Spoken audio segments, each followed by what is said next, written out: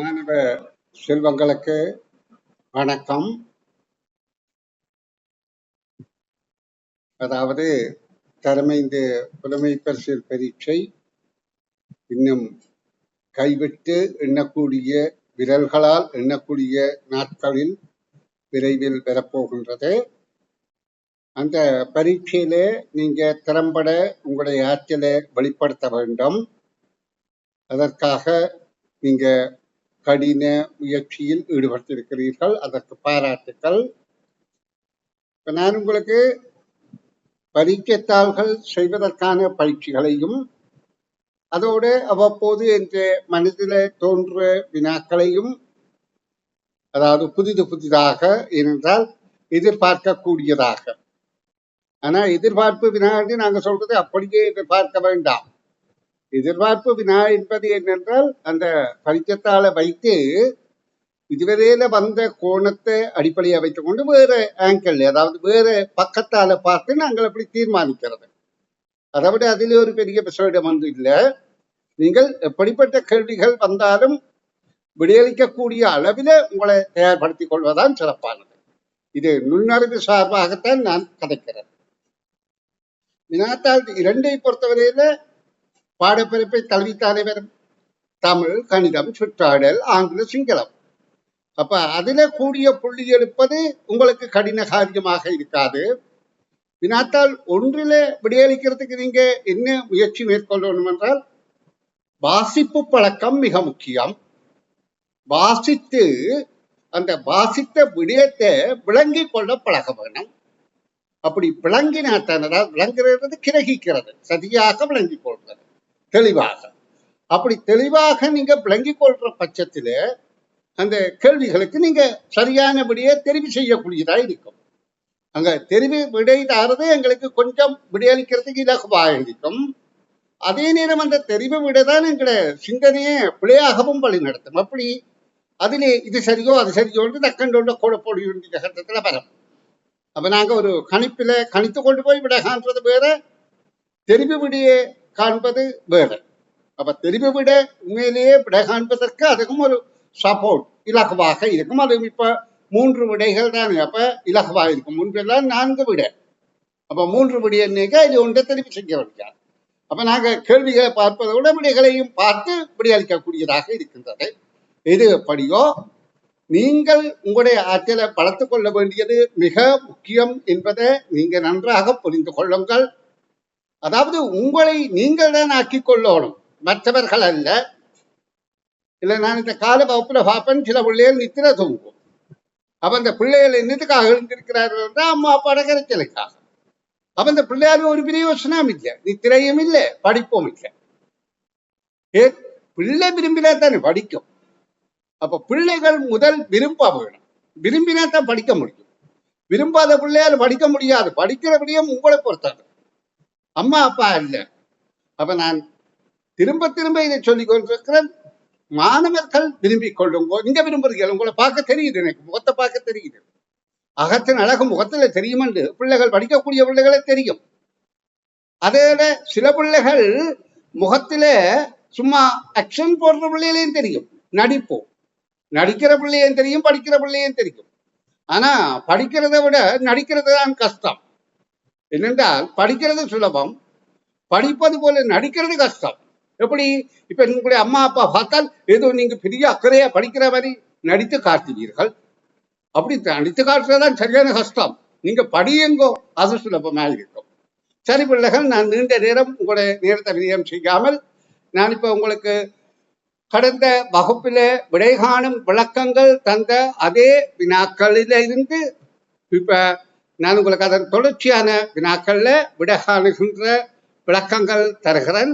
ஏனென்றால் அதுகளுக்கு எவ்வாறு விடையளிப்பது என்ற முயற்சியில நீங்கள் உங்களை திறம்பட உருவாக்கி கொள்ளக்கூடியதாக இருக்கும். இப்ப இந்த பக்க வினாக்களுக்கு நான் விடை தரப்போகின்றேன். கவனிங்கோ. நாங்க பார்த்த வினாத்தாளின் தொடர்ச்சியான வினாக்கள்.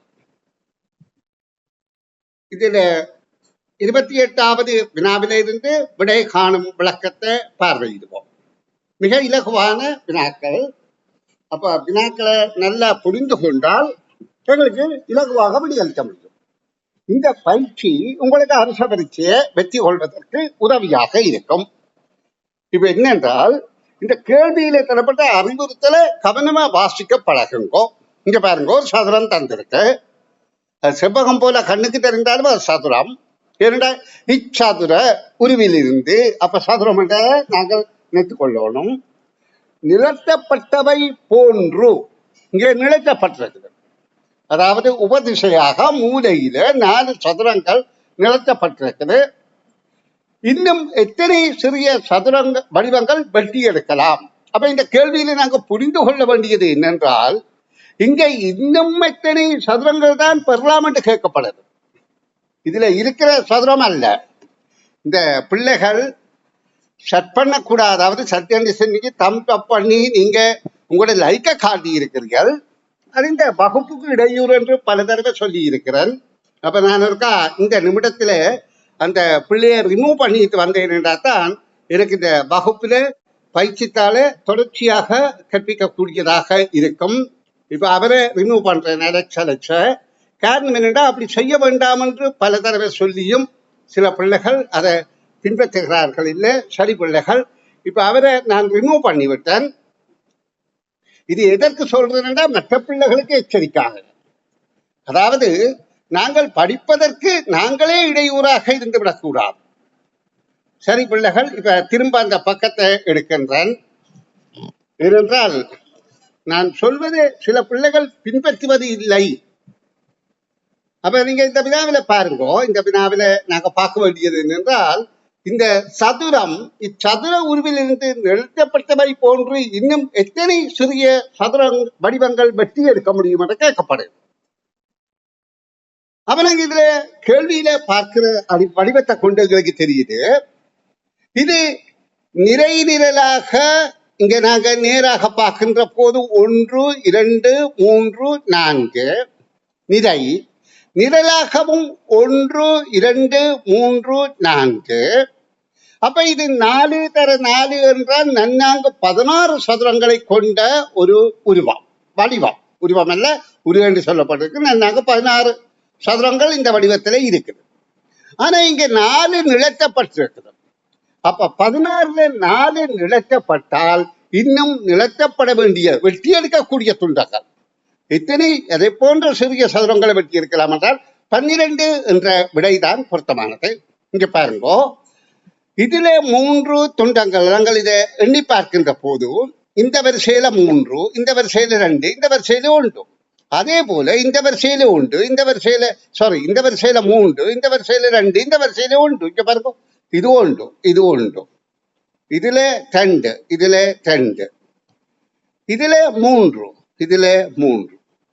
அப்ப 1 2 3 என்கின்ற போது 1 2 3 6 மாறும். 12 என்ற விடை பொருத்தமாக இருக்கின்றது.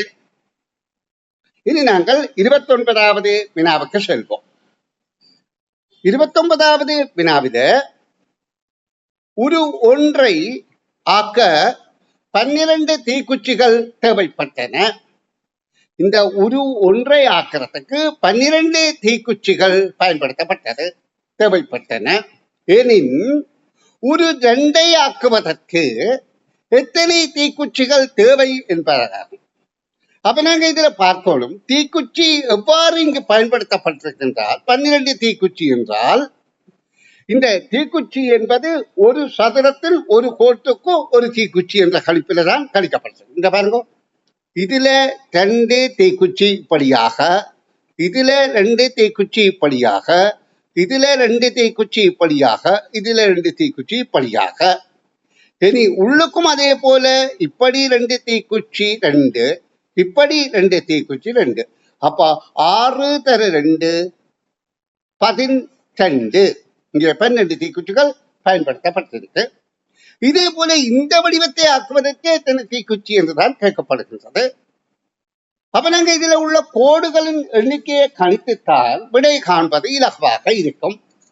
அப்ப நாங்க இதுல பார்க்க வேண்டும். நாங்க பார்க்கறதுக்கு இலகுவான முறை என்னென்றால், இப்ப பாருங்க, இந்த கீழே உள்ள வடிவத்துல 3 நிலைக்குத்து கோடுகளும், அதாவது 4 நிலைக்குத்து கோடு ஒன்று, 2, 3, 4 3 கட்டங்களுக்கு 4 கிடைக்கோடுகளும் 4 கட்டமல்னே 3 கட்டமல்னேக்க 4 கிடைக்கோடுகளும் இருக்கிறது. அப்ப இது இணைந்த உடனே இந்த உருவம் இது ரெண்டும் இணைய இந்த உருவம் பெறுகின்றது ஒன்றோடு ஒன்று இணைய. அப்ப இதுல ஒவ்வொன்றுக்கும் எத்தனை தீக்குச்சி போகின்றது? 3 3 3 3. அப்ப முன்னாங்க 12 இதுலையும் 3 3 3 வருகின்றது. நல்லா கவனித்துக் கொள்ளுங்க.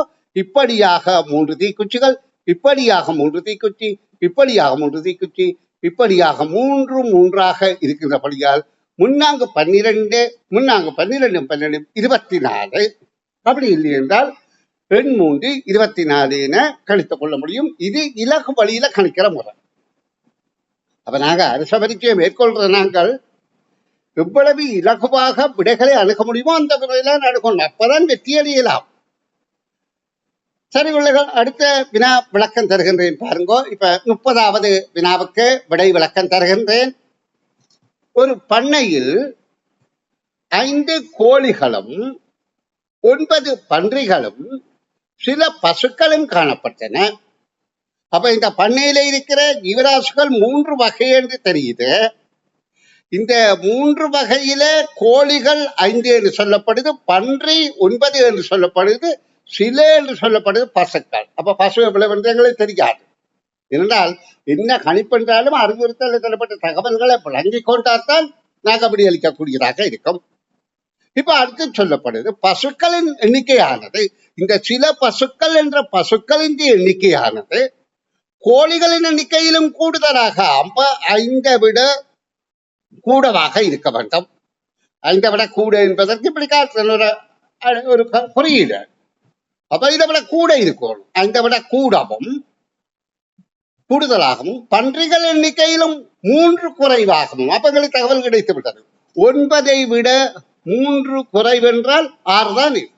அப்ப 6. அப்ப எங்களுக்கு தெரிந்தது 6 பசுக்களும் காணப்பட்டன.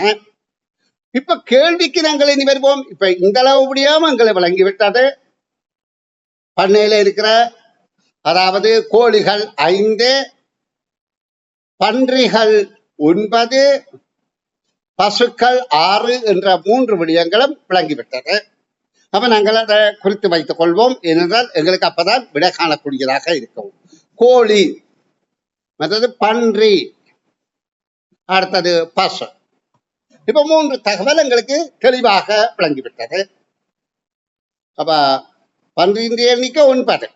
சரி, இப்ப கேள்வி என்னென்றால் பண்ணையில் இருந்த அனைத்தினதும் கால்களின் மொத்த எண்ணிக்கை யாது?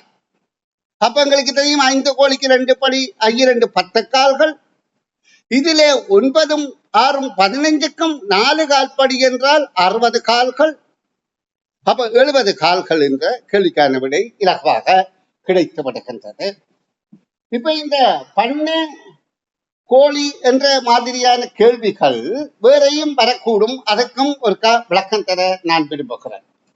இப்ப பாருங்க, இந்த தகவலை அடிப்படையாக கொண்டு வேறு வகையான கேள்வி என்னென்றால் ஒரு பண்ணையில 12 ஜீவராசிகள் இருக்கின்றன. நல்லா கேட்டுக்கொள்ளுங்க. 12 ஜீவராசிகள் இருக்கின்றன. அது என்னென்றால் கோழிகளும் மாடுகளும். கோழிகளும் மாடுகளுமாக சேர்ந்து 12 ஜீவராசிகள் இருக்கின்றன. அவற்றின் கால்களின் எண்ணிக்கை 30 என்று சொல்லப்படுது. எத்தனை கோழி எத்தனை மாடு என்று கண்டுபிடிக்கும்படி கேட்கப்படுகின்றன. அதாவது ஒரு பண்ணையில கோழிகளும் மாடுகளுமாக 12 ஜீவராசிகள், 12 உயிரினங்கள் இருக்கின்றன. 12 தலைகள் இருக்கின்றன. அப்படியெல்லாம் கேட்கப்படும். எப்படியும் கேட்கப்படலாம். அப்ப 12 ஜீவராசி இருந்தா 12 ஜீவராசி 12 தலை இருக்கின்றாரு. அவற்றுக்கு இருக்கிற கால்களின் எண்ணிக்கை 30. அப்ப எத்தனை கோழி எத்தனை மாடு என்று கேட்டா இதற்கு நாங்க இலகு வழியில விட காண்றதுக்கு என்ன செய்யணும் என்றால் இதுல குறைந்த கால்கள் இருப்பது ஏது? கோழிக்கு. கோழிக்கு 2 கால், மாட்டுக்கு 4 கால். அப்ப நாங்க இந்த எல்லாமே கோழியாக கருதினா 24 கால் இருக்கணும். ஆனா இங்க சொல்லப்படுது 30 கால் இருக்கப்படுறது. அப்ப அதிகமாக இருக்கிறது 6 கால்கள். அப்ப 2 கால் கோழி இன்னும் 2 கால் சேர்ந்து விட்டால் அது மாடாக கணிக்கப்படும். அப்ப இந்த 6 எத்தனை 2 இருக்குன்னு பார்த்தால் 3. அப்ப 3 மாடாக இருக்கும். 12ல 3 போனால் 9 கோழியாக இருக்கும். இதை நல்லா விளங்கிக் கொள்ளுங்க. அப்ப 12 3 மாடு என்றால் முன்னாங்கு 12 கால்கள், 9 கோழி என்றால் 92 18 கால்கள். அப்ப 18 12 கூட 30 கால்கள் எண்ணிக்கை சரியாக இருக்கின்றது. இதை வேற முறையிலும் செய்யலாம் நீங்க. அது கொஞ்சம் கணிப்பு கூட என்றதுல நான் சொல்லி இல்லை. அதாவது இப்ப என்ன சொல்லப்பட்டது, 12 ஜீவராசி இருக்குது, 30 கால்கள் இருக்குது, கோழி மாடு. அப்ப நாங்க எல்லாத்தையும் மாடா கருத்தினால் 12 என்றால் 12 48 கால்கள் வரும். ஆனா இங்க இருக்கிறது 30. 30 கழிச்சா 18 கால் கூடுதலாக இருக்கின்றது இந்த விட. அப்ப 2 கால் குறைந்தா கோழி ஆயிடும். 18ல எத்தனை 2 இருக்கின்றது, வகுத்தால் 9. 2ஆல் வகுத்தால் 9. அப்போ 9 கோழிகளாக இருக்கும். 12ல 9 கோழி போனால் எத்தனை மாடாக இருக்கும், 3 மாடாக இருக்கும். கேள்விக்கு விடை ஒன்றுதான். ஆனா அணுகிற முறை நாங்கள் எப்படியாவது அணுகிக் கொள்ளலாம். இந்த நடைமுறையை தெரிந்து வைத்திருந்தால் உங்களுக்கு பரீட்சையில கேட்கப்படுற விடைகள் கேள்விக்கு விடையளிக்கக்கூடியதாக இருக்கும். இனி நாங்கள் 31வது கேள்விக்கு விடையளிக்கும் முயற்சியில் ஈடுபடுவோம். ஒரு குடும்பத்தில் ABCDE எனும் 5 உள்ளனர். அப்ப நான் உங்களுக்கு முதலே சொல்லி தந்திருக்கிறேன், இந்த மாதிரியான கேள்விக்கு அண்ணன் தம்பி என்றெல்லாம் கேட்கப்படுது. உடனடியாக நீங்க இது செய்யணும். இந்த ஒரு தளத்தை வைத்துக்கொண்டு ABCDE என்று வைத்துக்கொண்டு அவர்களை ரஃப் ஷீட்ல, அதாவது உங்களுக்கு செய்கை வேலைக்காக தரப்பட்ட தாளில் ஒப்பிட்டு பார்க்கணும் என்று நான் சொல்லி இருக்கிறேன். அது இங்க சாத்தியமா என்பதை பார்ப்போம். அதாவது நான் உங்களுக்கு சொல்லி இருக்கிறேன். இப்ப இதுல அண்ணன் தம்பி என்று சொன்னபடியால் யார் அண்ணா தம்பி என்பதற்கு மூத்தவரை பெரிய கூடாகவும் இளையவரை சின்ன கூடாகவும் போட்டு விட காண வேண்டும் என்று நான் உங்களுக்கு பயிற்சி வழங்கி இருக்கிறேன். ஆனா அது இங்க பொருந்துமான்னு பார்ப்போம். இந்த கேள்வியில ஒரு குடும்பத்தில் ABCDE எனும் 5 உள்ளனர். அவர்களின் B அண்ணா C ஆனவர் D யின் தம்பி ஆவார். அப்ப D மூத்தவர், B அடுத்தவர், அடுத்தவர் C.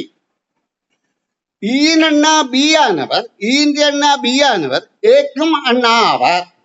அப்ப E அண்ணா B ஆனவர் ஏக்கும் அண்ணா, E விட B பெரியவர்.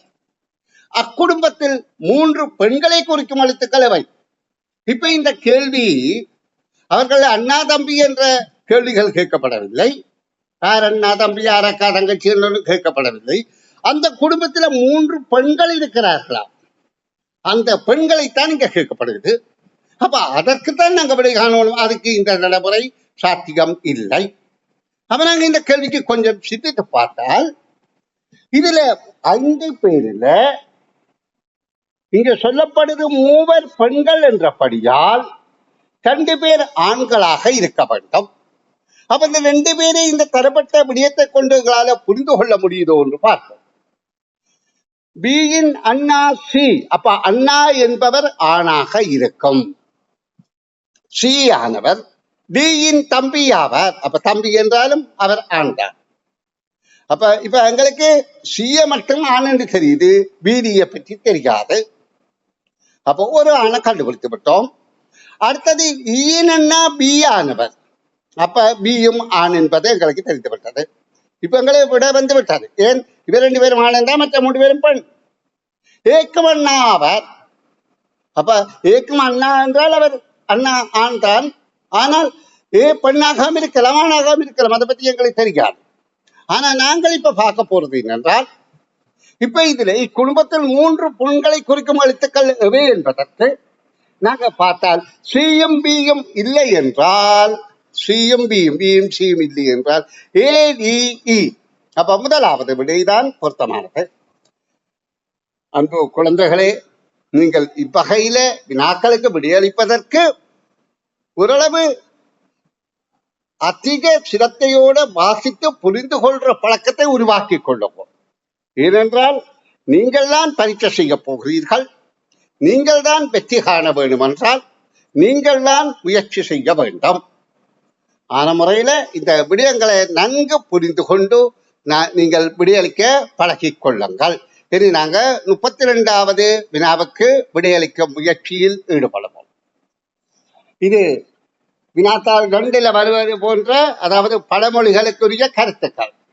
ஆனா இங்கே வினாத்தாள் 1லையும் அப்படி கேட்கப்படலாம், அதுல தவறு இல்லை.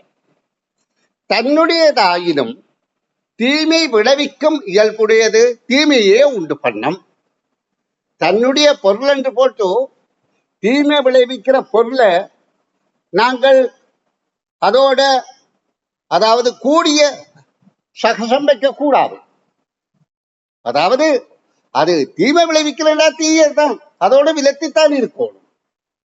தன்னுடையதா இருக்கலாம், அது வேற வழியா.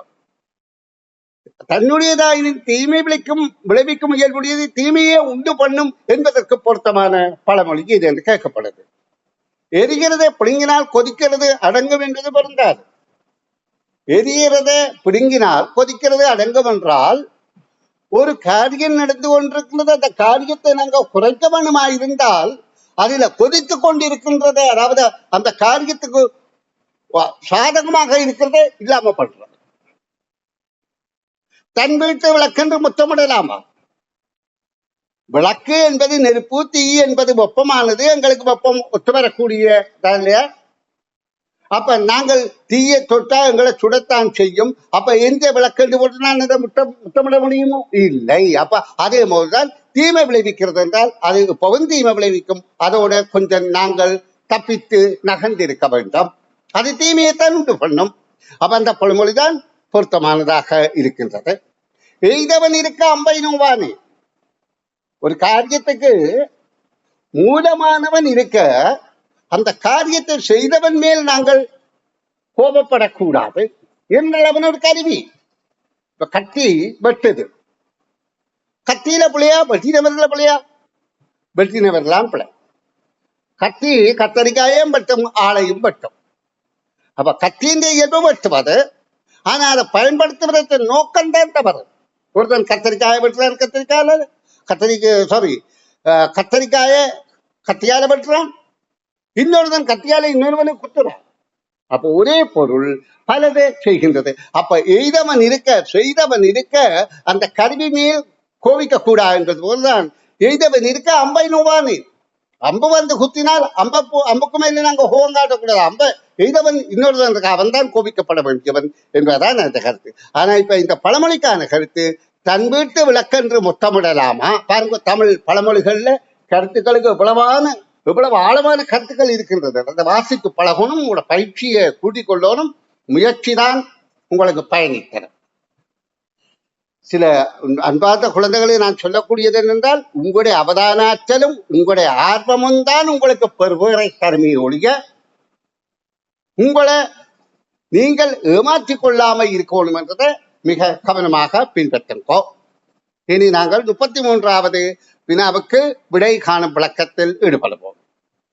இக்கோலத்தில் ஏபி ஆகியவற்றுக்கு பொருத்தமான எண்கள் முறையே. இந்த முறையே என்று சொல்ல கவனித்துக் கொள்ளுங்கோ. முறையே என்றால் இந்த கருத்தினை முதலாவதாக ஏக்கு விடை தரணும், இரண்டாவதாக பிக்கு விடை தரணும். சில வழி அங்க பியும் ஏயுமாக விடை இருக்கும், பிக்கு முதல் விடையும் இரண்டாவது ஏக்கு விடையாக இருக்கும். அந்த விடையை போட்டியலா இருந்தா நீங்க பிழை, தவறு. ஏன் முறையே என்ற சொல்லுக்கு முக்கியத்துவம் இருக்கின்றது. இப்ப இங்க கேட்கப்படுது ஏபி ஆகியவற்றுக்கு, இக்கோலத்தில் ஏபி ஆகியவற்றுக்கு பொருத்தமான எண்கள் முறையே. அப்ப நாங்க இந்த கோலத்தை பார்க்கணும். நடுவில் 20 இருக்குது, வெளியில வெவ்வேறு எண்கள் இருக்கின்றது. இந்த இலக்கங்கள் வெவ்வேறு இலக்கங்களுக்கும் நடு எண்ணுக்குமே இது தொடர்பு இருக்கான்றதை நாங்க உச்ச கவனிக்கணும். உச்ச கவனித்து பார்ப்போம். 4 2 6 6 6 12 12 வருஷம் 20. அப்ப இதை 4ஐயும் கூட்டினா இது வருது. அப்ப அடுத்தது இந்த பக்கம் அந்த 4 எண்கள் இருக்கா, 5 3 8 8 மாறும் 14 14 மாறும் 20. அப்ப இதை கூட்டினா வருது. அப்ப இதே போல இதுக்கும் கூட்டினால் வர வேண்டுமாக இருந்தால், இப்ப 4 மற்றும் 12 12 5 17 போனால் ஏக்கு வர வேண்டியது 3.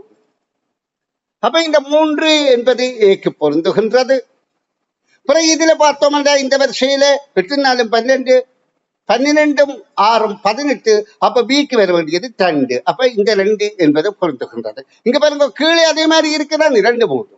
அப்ப இந்த விடப்புல முறையே என்ற படியால் நாங்கள் 3 2 என்ற விடயத்தான் தெரிவு செய்யணும். இனி அடுத்த வினாவுக்கு செல்வோம். 34வது வினா. ஒரு வரிசையில் உனக்கு முன்னால் 4 பேர் நிற்கின்றார்கள். அப்ப நாங்க முன்னால் பின்னால் என்பதை நாங்கள் எவ்வாறும் கருதலாம். இடமிருந்து பலமாக கருதலாம், பலமிருந்து இடமாக கருதலாம். நாங்க இப்ப இதுதான் முன்பக்கம் என்று வைத்துக் கொள்வோம், இதை பின்னாலே என்று வைத்துக் கொண்டால், உனக்கு முன்னால் 4 பேர் நிற்கின்றனர், பின்னால் 3 பேர் நிற்கின்றனர், அவ்வரிசையில் நிற்பவர்களின் மொத்த எண்ணிக்கை யாது? அப்ப நீயும் ஒரு ஆள் தானே. அப்ப 4 3 7 7 3 8 என்பது விடையாகும். இனி நாங்கள் இந்த 35வது வினாவுக்கு விடை காணும் விளக்கத்தில் ஈடுபடுவோம். இப்ப இந்த 35வது வினாவை பார்வையிடுங்கோ. 6 இரு மடங்குடன், அப்ப நாங்க உடனடியாக அதை கணித்துக் கொள்ளணும். 6 இரு மடங்கு 6 12உடன் 30 அரைவாசியை 30 2ஆல் வகுத்தால் 15. அப்ப அரைவாசியை கூட்டி வரும் 15 கூட்டி வரும் விடையை, அதாவது 27 3ஆல் பெருக்கும் போது, அப்ப இத 3ஆல் பெருக்கிற போது கிடைக்கும் விடை யாது என்று கேட்கப்படுது. அப்ப 3 7 21 2 மிச்சம் 3 2 6 2 8. அப்ப 81 என்பது விடையாக அமைகின்றது.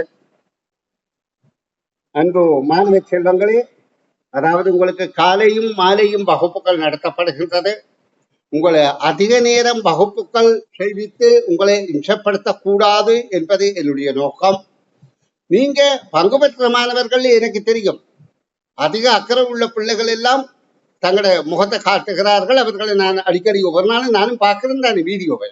அப்ப எனக்கு தெரியுது அந்த பிள்ளைகள் படிக்கிற ஆர்வத்தில் இருக்கிறார்கள். அவர்கள் நிச்சயமாக சிறந்த பெறுவேறு எடுப்பார்கள்.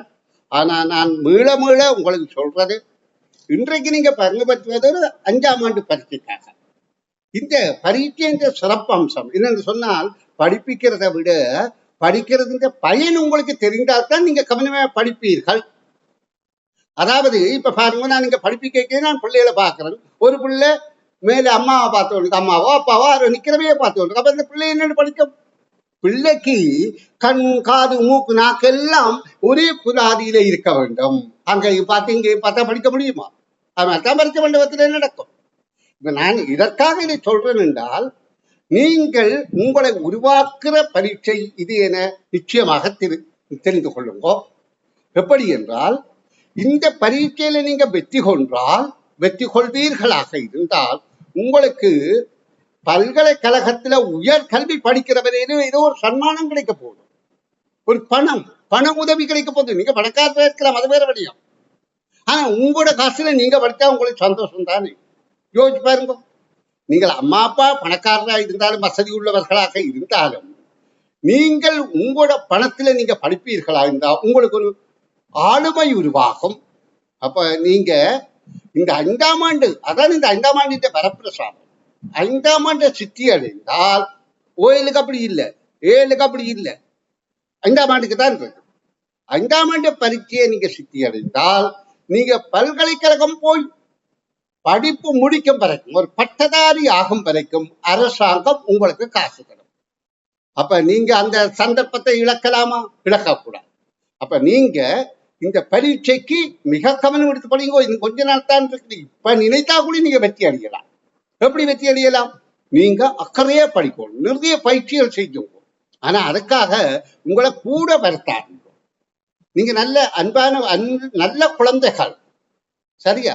ஆனால் உங்களுடைய எதிர்காலத்தை இந்த பரீட்சை நிர்ணயிக்கிறது என்றது நீங்க நல்லா புரிந்து கொள்கிறீர்களா இருந்தால், நிச்சயமாக இதற்காக நீங்க கடின முயற்சி செய்தால் நல்ல பலன் நிச்சயமாக கிடைக்கும். அது உங்களோட வாழ்க்கையை உயர்த்தும். நீங்க நினைக்கிறத, நீங்க இப்ப நினைக்கலாம், நான் டாக்டர் ஆகணும், என்ஜினியர் ஆகணும், லோயர் ஆகணும், நீதிபதி ஆகணும். ஏனென்றால் இந்த எங்களோட சமூகத்தில படித்தவர்களுக்கு நிறைய மரியாதை இருக்கின்றது. பணக்காரன் ஒரு வியாபாரி இருப்பான், பணக்காரனா இருப்பான், அடுத்த வருஷம் அவன் வியாபாரம் நட்டமண்டோனே அவன் பிச்சைக்காரன் ஆகிடுவான். அவன் நிலை போயிட்டோம் அவசியம். விளங்குதா? நாங்க மன்னனும் மாசர கற்றோனும் சீர்தூக்கின் மன்னனு கற்றோன் சிறப்புடையன், மன்னருக்கு தந்தேசமல்லால் சிறப்பில்லை, கற்றோனுக்கு சென்ற இடமெல்லாம் சிறப்பு என்று அதாவது ஔவையார் பாடின பாடல் நாங்க ஞாபகப்படுத்திக்கிறோம். ஆனா அந்த கருத்து உண்மை.